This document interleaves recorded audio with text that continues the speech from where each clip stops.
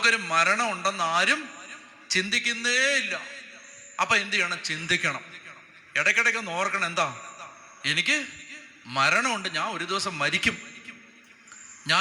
മരിക്കും. അതുകൊണ്ട് ഈ മരണത്തിന് ശേഷം ഈ ആത്മാവ് നിത്യതയിലെത്തണം.